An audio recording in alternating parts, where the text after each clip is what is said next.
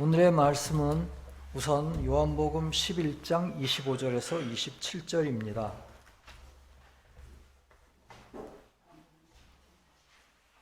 예수께서 이르시되 나는 부활이요 생명이니 나를 믿는 자는 죽어도 살겠고 무릇 살아서 나를 믿는 자는 영원히 죽지 아니하리니 이것을 네가 믿느냐? 이르되 주여 그러하외다. 주는 그리스도시요 세상에 오시는 하나님의 아들이신 줄 내가 믿나이다. 성문서는 참된 기독교 370항입니다. 여호와는 내려오셔 사람이 되셨습니다. 그가 우리에게 가까이 오고 우리가 그에게 가까이 하여 결합이 이루어집니다. 그 결합을 통해 우리는 구원되고 영생을 얻게 됩니다.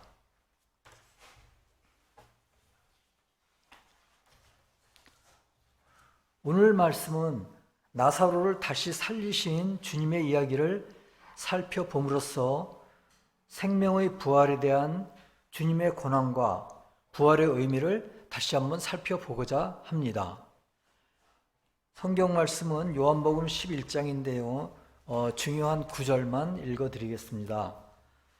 1절 어떤 병자가 있으니 이는 마리아와 그 자매 마르다의 마을 베다니에 사는 나사로라.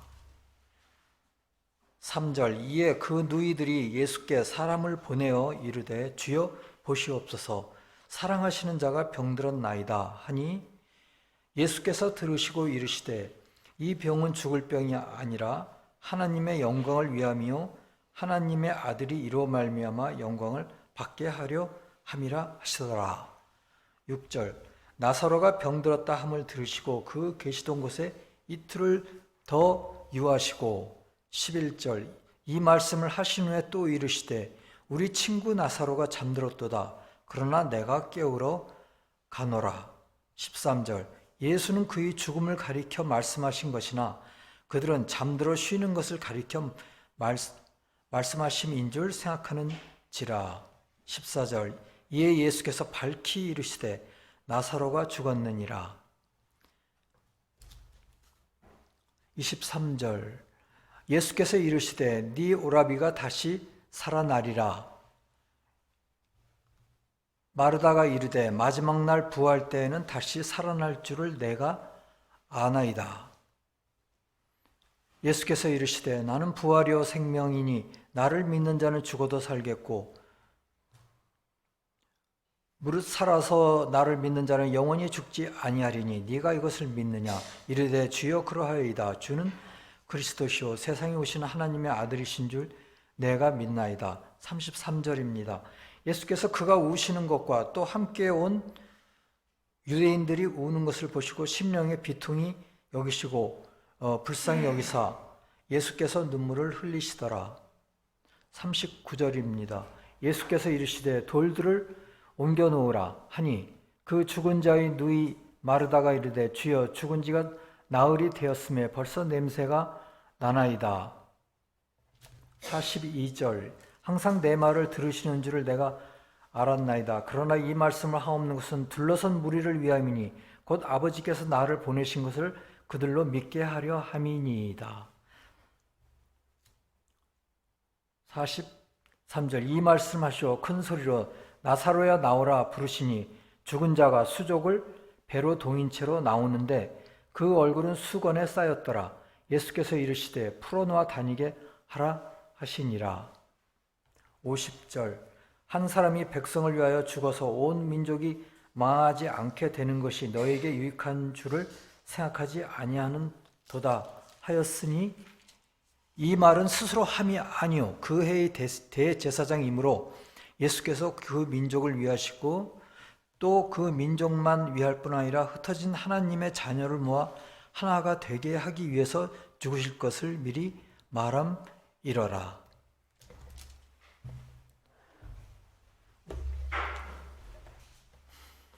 마리아와 마르다의 오라비 나사로가 병들어 죽게 되자 마리아와 마르다는 사람을 보내어 이 사실을 예수님께 알렸습니다. 그때 예수께서는 그 그의 병이 죽을 병이 아니라 하나님과 자신의 영광을 위함이라고 말씀하셨습니다. 예수의 이러한 말씀은 날 때부터 소경된 자에게 하신 말씀과 맥락을 같이 하는 것으로서 예수께서 그의 병을 고쳐주실 것임을 암시하였습니다. 마리아와 마르다와 나사로는 예수께서 특별히 사랑하시던 자들이었으므로 나사로의 병든 소식을 들으면 금방 달려오실 것으로 마리아와 마르다는 기대했을 것입니다. 그러나 예수께서는 그 소식을 들으시고도 이틀이나 있던 곳에 더 유하셨습니다. 이는 나사로가 병으로 죽기를 기다리셨던 것입니다. 죽음을 허락하신 것입니다. 예수께서는 이번에는 죽은 자를 살리심으로써 자신이 부활과 생명의 주이심을 증거하시려고 했던 것입니다. 예수께서 죽은 나사로를 살리셨을 때 그 광경을 목격한 많은 사람들이 예수를 믿게 되었습니다. 그러나 그 중에 어떤 자는 예수를 핍박하는 바리새인들에게 가서 그 사실을 알렸습니다. 대제사장들과 바리새인들은 예수께서 많은 표적을 행하여 많은 사람들이 예수를 믿게 됨을 두려워하였습니다. 그 해의 대제사장 가야바는 한 사람이 백성을 위하여 죽어서 온 민족이 망하게 되지 않게 됨이 유익하다고 말함으로써 예수를 죽여야 하는 당위성을 피력했습니다. 예수가 백성을 선동하여 로마의 반역을 시도할 경우 로마 군대가 와서 모든 유다 백성을 진멸할 것이므로 예수를 죽여 그런 화를 면해야 한다는 주장이었습니다. 그러나 그의 진술은 그의 의도와는 상관없이 예수께서 많은 사람을 위하여 십자가에 못 박혀 죽으실 것을 예언함이 되었습니다. 가야바의 말은 예언적이었습니다. 주님은 신약의 여러 곳에서 자신의 능력을 보여주었습니다. 맹인과 절름발이를 고치시고 사람들을 기적적으로 먹이셨습니다. 또한 주님은 누가복음 7장, 8장에서 독자와 아이를 살리셨습니다. 그런데 이번에는 장사한 지 4일이 되는 나사로를 죽음으로부터 일으켜 세우시는 능력을 보여주셨습니다. 마지막 심판의 마지막 날이 아니라 즉시 일으켜 세우셨습니다. 이것은 엄청난 능력이었습니다. 죽은 자를 일으키신 사건은 오늘 본문 외에도 조금 전에 말씀드렸다시피 2차례나 있었습니다. 그래서 누가복음 7장 11절에서 15절을 읽어보겠습니다.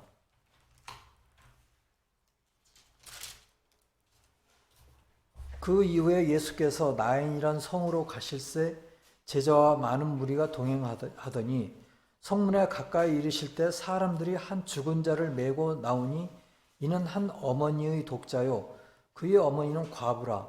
그 성의 많은 사람들도 그와 함께 나오거늘 주께서 과부를 보시고 불쌍히 여기사 울지 말라 하시고 가까이 가서 그 관에 손을 대시니 맨 자들이 서는지라.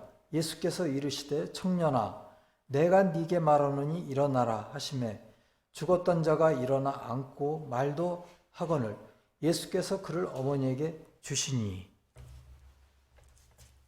또 8장 49절부터입니다. 아직 말씀하실 때 회당장의 집에서 사람이 와서 말하되 당신의 딸이 죽었나이다. 선생님을 더 괴롭게 하지 마소서 하거늘 예수께서 들으시고 이르시되 두려워하지 말고 믿기만 하라. 그리하면 딸이 구원을 얻으리라 하시고 그 집에 이르러 베드로와 요한과 야고보와 아이의 부모 외에는 함께 들어가기를 허락하지 아니하시니라. 모든 사람이 아이를 위하여 울며 통곡하매 예수께서 이르시되 울지 마라. 죽은 것이 아니라 잔다 하시니 여기서도 잔다고 말씀하셨습니다. 53절에 그들이 그 죽은 것을 아는 거로 비웃더라. 예수께서 아이의 손을 잡고 불러 이르되 아이야 일어나라 하시니 그 영이 돌아와 아이가 곧 일어나거늘 예수께서 먹을 것을 주라 명하시니 그 부모가 놀라는지라. 예수께서 경고하사 이 일을 아무에게도 말하지 말라 하시니라. 그러나 이 두 사건들에서는 매장된 사람을 일으키지는 않으셨습니다. 주님은 큰 절기 때마다 예루살렘으로 가셨는데 그때마다 예루살렘이 아닌 그곳에서 약 2마일 정도 떨어진 작은 읍인 베다니아로 가셔서 그분의 사랑하는 친구들과 머무르셨습니다. 그분의 친구는 나사로라는 남자와 두 자매인 마르다와 마리아였습니다. 주님께서 사랑하는 이가 죽도록 방치하셨다고 하는 느낌을 우리 마음에 들어오도록 해서는 안 될 것입니다. 이는 주님께서 각 개인을 위해 항상 최선의 것을 해주시는 분이십니다. 그래서 주님이 이틀을 더 있다가 가셨는데 그게 주님이 죽도록 방치하셨 것인가 이렇게 생각해서는 안 되는 것입니다. 주님은 우리 각 개인을 위해 항상 최선의 것을 준비하십니다. 그래서 우리 각자도 우리가 언제 영계로 갈 것인지는 모르지만 우리가 이 세상의 삶을 마치고 영계로 가는 그 순간은 주님께서 항상 최선의 것을 마련해 주시리라고 생각하고 믿습니다. 그렇다면 주님을 믿는 것이 무엇입니까? 주님을 믿는 것은 사후의 생명을 믿는 것이고요. 주님의 능력과 전지전능을 믿는 것입니다. 예수께서는 마르다에게 나는 부활과 생명이라고 말씀하셨습니다. 즉, 주님만이 생명이신 것입니다. 우리의 생명과 물질계에 존재하는 모든 생명은 주님으로부터 근원된다는 것입니다. 나사로의 기적을 우리가 깊이 생각해 봅시다. 예수께서 들으시고 이르시되 이 병은 죽을 병이 아니라 하나님의 영광을 위하며 하나님의 아들이 이로 말미암아 영광을 받게 하려 함이라 하시더라. 주님은 나사로에게 즉시 가시기보다 기다렸다 가시었습니다. 주님은 죽음에 대한 권한을 증명해 보이시기 위해서 나사로의 죽음을 허락하셨습니다. 주님이 나사로를 자연적인 생명으로 소생시킨 것은 사람이 영적인 생명으로 소생한다는 것을 보여주시기 위해서였습니다. 그러니까 우리도 모두 자연적인 생명으로 소생할 것이다. 이것을 보여주신 것은 아닙니다. 보여주시기 위해서 그러한 나사로를 살리신 것이 아닙니다. 나사로를 살리신 것은 우리가 영적인 생명으로 다시 일어난다는 것을 보여주시기 위해서였습니다. 주님께서는 베다니아로 가시기 전에 제자들에게 우리 친구 나사로가 잠들어 있으니 내가 가서 깨워야겠다 라고 하신 후 나사로는 죽었다 라고 또 말씀하셨습니다. 이 말씀이 의미하는 바는 우리가 죽음이라고 부르는 것은 실상 짧은 수면에 불과하며 그 잠에서 깨어나면 영계에서 의식을 갖게 된다는 것입니다. 죽음이란 부활로 인도되는 일종의 잠입니다. 그러니까 잠깐 죽는 것이 육체적으로는 영원한 죽음이겠지만요.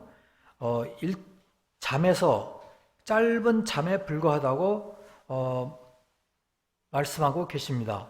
그 잠에서 그럼 어디로 깨어나느냐? 영계에서 깨어나서 의식을 가지게 된다는 것입니다.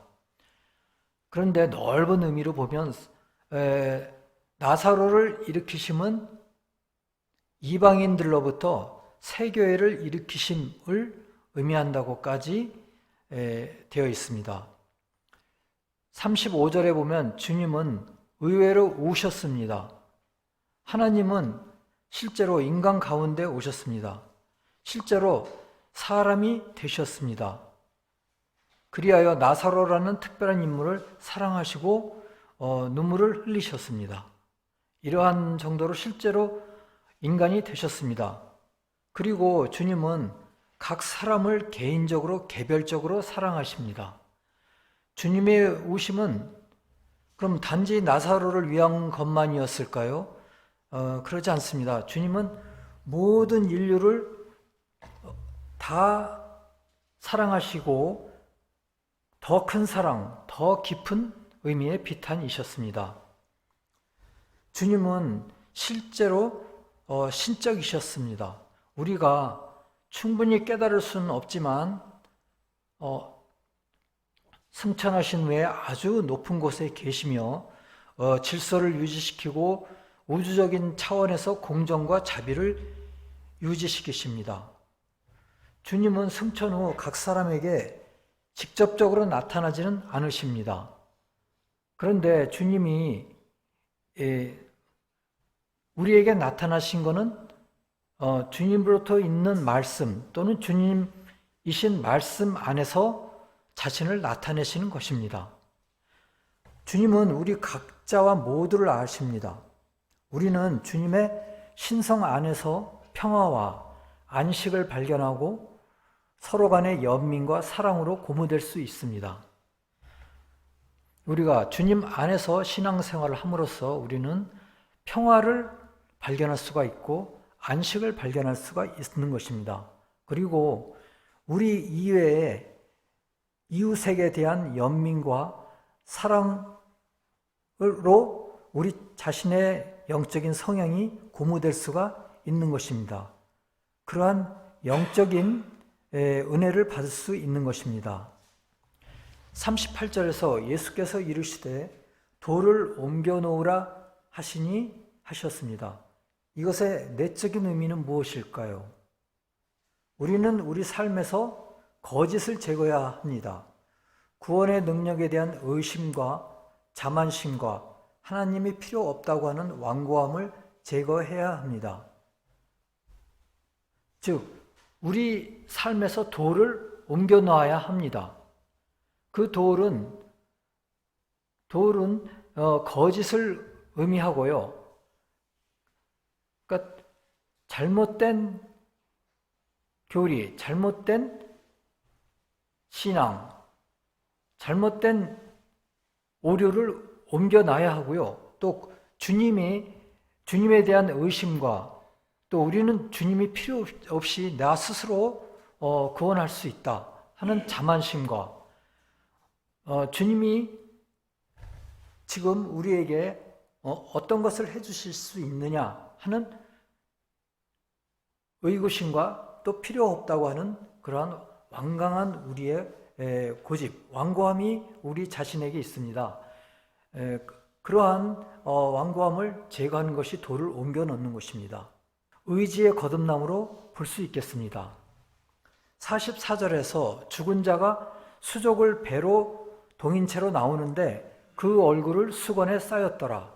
예수께서 이르시되 풀어놓아 다니게 하라 하시니라 하셨습니다. 즉,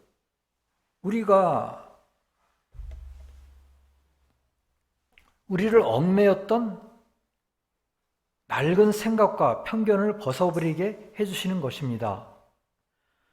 우리를 이러한 낡은 생각과 편견이 꽁꽁 싸매고 동이고 우리를 죽음으로 몰아넣습니다. 또한 거짓된 관념과 특히 이기적인 욕망을 벗어버려야 합니다. 또한 벗어버리게 해달라고 주님께 요청을 해야 합니다. 그리고 새로운 이해성과 새로운 의지를 달라고 하고 그것을 입게 해달라고 주님께 말씀하셨습니다. 그런데 우리가 안 받아들이면은 올 수가 없습니다. 전적으로 우리의 자유의지에 의해서 우리를 꽁꽁 싸매고 있는 수족을 꽁꽁 싸매고 있는 낡은 생각, 거짓된 관념, 이기적인 욕망을 우리 스스로 벗어버리고 주님께 새로운 이해성과 새로운 의지를 기도해야 합니다. 우리는 매일매일의 생활에서 순간의 선택을 수도 없이 합니다. 그때 우리는 하나님의 음성을 따라야 합니다. 하나님의 말씀을 따라야 합니다. 즉, 다시 말해서 주님을 따라야 합니다. 주님이 아무리 초기에 우리를 나사로야 나오라 하였듯이 우리를 감옥에서 나오게 하더라도 우리 수족을 꽁꽁 매인 이 배를 풀지 않으면, 우리 스스로 풀지 않으면 아무 소용이 없습니다. 모든 것은 자유의지에 의한 것입니다. 우리의 마음이 자아와 세상적인 성공에만 집착하고 있다면 설사 주님을 배울 체험이 우리에게 주어졌다 할지라도 우리는 그것을 배우지 않게 됩니다. 어디서 그것을 알 수 있을까요? 오늘의 본문에서 나사로가 다시 살아났다는 소식을 접한 바리새파인들의 태도와 자신의 이익에만 치중된 그들의 마음이 주님으로부터 얼마나 멀리 떨어지도록 인도하는가를 알 수 있습니다. 그래서 주님의 아무리 이렇게 엄청난 기적을 일으켰어도 마음이 자아와 세상적인 성공에만 집착되어 있다면 절대로 떨어질 수 없습니다. 바리새파인들처럼 자신의 태도와 자신의 태도를 바꿀 수도 없고요. 자신의 이익을 넘어서서 이 하나님 나라를 볼 수도 없는 것입니다. 하나님 나라를 보게 되면은 모든 것을 팔아서 하나님 나라를 추구하게 됩니다. 모든 것이 그래서 우리가 하나님 나라에 대한 지식과 하나님 나라를 알아야 되는 것입니다. 영계에 간 많은 사람들이 왜 이러한 것을 나에게 말해주지 않았는지 너무나 원망스럽다, 이런 말을 하는 경우가 있다고 합니다. 우리는 말씀을 가까이 하고 그러한 영적인 지식을 쌓고 이 세상에서 어느 정도 절제를 하고 어느 정도 우리의 시간과 마음과 보화를 어떻게 써야 하는지를 우리 스스로 발견해야 합니다. 스베덴 보리님은 증언하시기를 영계의 경험이 하루나 일주일이 아니고 많은 해 동안의 생생한 경험이었다고 말씀하십니다. 천국과 지옥은 13년간 경험 후에 쓰여졌다고 합니다. 전체적으로는 27년간의 경험이었다고 합니다. 그러니까 천국과 지옥을 우리를 위해서 써서 보내주셨죠. 그런데 그거는 며칠 동안, 한 일주일 동안 갔다 와서 쓴 게 아니고요. 13년 동안 경험을 하신 후에 쓴 것입니다. 그리고 전체적으로는 27년간 경험하신 것입니다. 그동안에 일시적인 경험을 했던 사람들의 말을 들어보면 많은 사람들이 빛을 보았다고 하지만 지상의 빛처럼 눈부시지는 않았으며 금빛 나는 하얀 빛이었다고 합니다. 아주 짧은 동안에 임상적으로 죽었습니다. 하지만 죽은 것 같지만 그동안에 아주 많은 회상을 한다고 합니다. 천국과 지옥 240항에서 말하기를 저 세상에서는 말 없이 많은 것을 소통하는 것이 가능하다고 합니다. 그리고 천사의 한마디에는 수많은 의미를 담고 있다고 합니다. 이러한 식으로 소통하는 것이 가능하다고 합니다. 스베덴 보리는 영적인 깨어남이 부드럽고 즐거운 경험이라고 말하고 있습니다. 천사가 돌보며 점차적으로 깨어나서 약 3일 후에는 충분히 깨어나 새로운 삶을 살 준비가 된다고 합니다. 그러니까 이번에 돌아가신 우리 세교회 형제님도 지금 일주일 정도 됐는데요. 충분히 깨어나서 새로운 삶을 시작하셨다고 생각됩니다. 저 세상에서 사람들은 영계와 자연계가 비슷한 것에 놀란다고 합니다. 죽음이란 부활로 인도되는 일종의 잠입니다. 아름다움과 행복한 세계에서 깨어나는 것이기 때문입니다. 우리는 이 세상에서 하나님의 형상과 모양을 담도록 우리 영혼을 다듬어야 합니다. 이 세상에 있는 동안에 우리가 해야 할 일은 두 가지입니다. 하나님의 형상과 모양을 닮을 수 있도록 우리 영혼을 말씀을 통해서 또한 다른 사람을 이웃사랑을 실천하면서 그렇게 하도록 협력해야 합니다. 즉 다른 사람들도 이와 같이 영혼을 다듬고 또한 이웃사랑을 실천하도록 해야 하는 것이 두 번째 해야 하는 일입니다. 대부분의 사람들이 이 세상에서 오래 살기를 희망하는 것이 옳은 일일까요? 옳지 않은 일일까요? 옳은 일이라고 이야기하고 있습니다. 자신이 할 수 있는 한 더 많은 영적 진보를 이룰 수 있습니다. 그리고 더 많은 선함을 쌓을 수가 있습니다.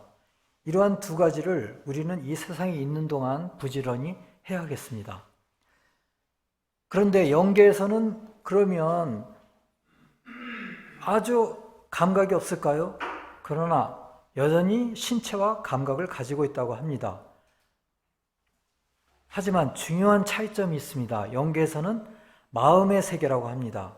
영적인 환경은 자연계에서의 삶의 결과라고 합니다. 이 자연계에서 어떻게 살았느냐에 따른 삶의 결과가 나타난다고 합니다. 예를 들어서 우울하게 살았던 사람들은 그 생각과 느낌이 영적인 환경에서 실제가 된다고 합니다. 어두운 우울한 환경이 될 것 같습니다. 주님이 이러한 것들을 우리한테 알려주시는 이유가 무엇이겠습니까? 우리가 이 세상에서 이기적인 것과 지역적인 것을 내려놓고 주님에게로 돌리기를 원하시기 때문입니다. 이기적인 것은 여러 가지가 있을 수 있겠죠. 그리고 지역적인 것이 여러 가지가 있을 수 있겠죠. 각자가 생각해 보시기 바랍니다. 수도 없이 많은 것을 떠올릴 수 있을 것입니다. 우리가 우리 주변에 사랑하는 누군가가 죽음에 직면할 때 반드시 기억해야 할 사항은 말씀에서 말하는 대로 죽음이나 매장은 부활을 의미한다는 것입니다. 그래서 세교에서는 부활 예배라고 합니다. 그래서 우리는 천사들이 생각하듯 생각하고 천사들이 느끼듯 느끼도록 노력해야 합니다. 비록 슬픔이 우리를 덮치더라도 죽음을 당한 당사자가 더욱 충만하고 아름다운 삶 속에서 깨어날 것이므로 우리는 그를 위해 기뻐할 수 있어야 하는 것입니다. 하지만 우리가 한동안 그 사람을 보지 못하게 됩니다. 그리고 이 세상에서 이별하게 됩니다. 그래서 우리는 슬플 수밖에 없습니다. 그런데 우리가 아무리 슬프더라도 이와 같이 생각해 보려고 노력해야 합니다. 자기 자신이 하나밖에 없는 남동생이 죽었다고 심한 우울증에 빠져서 여러 해 동안 비탄에 잠기고 계신 분을 알고 있습니다. 하지만 이러한 것들을 알고서 천사들의 생각과 천사들의 느낌을 가지도록 노력해야 합니다. 그리고 그분이 더욱 충만하고 아름다운 삶 속에서 깨어날 것이다 하는 생각을 가져야 할 것입니다. 우리가 진정으로 주님을 믿는다면 죽음이 내일 찾아온다 할지라도 두려워해서는 안 될 것입니다. 그리고 우리가 의를 행하려고 삶을 살고 있다면 마태복음 25장 21절에서 말씀하셨듯이 그 주인이 이르되 잘하였도다 착하고 충성된 종아 네가 적은 일에 충성하였음에 내가 많은 것을 네게 맡기리니 내 주인의 즐거움에 참여할지어다 라고 주님께서 우리에게 말씀하실 그날을 희망해야 합니다. 희망하면서 이 세상의 삶의 끝을 맞이해야 할 것입니다. 왜냐하면 이 세상을 하직하는 최적의 시기를 우리를 위해 결정하시는 분은 오직 우리 주님뿐이시기 때문입니다. 주님이 결정하시기 전까지 우리는 최선을 다해서 살아야겠습니다. 주님은 우리에게 사물을 보는 새로운 방식을 주시고 내적인 평화와 안식과 감사와 기쁨을 주신다는 믿음을 가져야 합니다. 우리의 신앙을 파괴시키는 두려움과 의심이 생길 때 우리를 구원하고 부활시키는 하나님에 대한 신앙으로 회복해야 합니다. 악한 영은 두려움과 의심을 심어줍니다. 하지만 천사는 우리에게 구원과 부활하는 신앙과 기쁨을 심어주십니다. 예수께서 이르시되 나는 부활이요 생명이니 나를 믿는 자는 죽어도 살겠고. 다 같이 기도하시겠습니다. 주여, 오늘 저희가 나사로가 자연적으로 다시 살아남을 통하여 부활의 의미를 다시 돌아보았습니다. 저희로 부활의 의미를 다시 되새기게 하옵시고, 그동안 영계에서 부활하신 저희의 사랑하는 여러 교우님들을 잘 돌보아 주시옵소서. 하나님 나라와 부활의 능력과 고난이 주님께 영원히 싸움나이다. 아멘.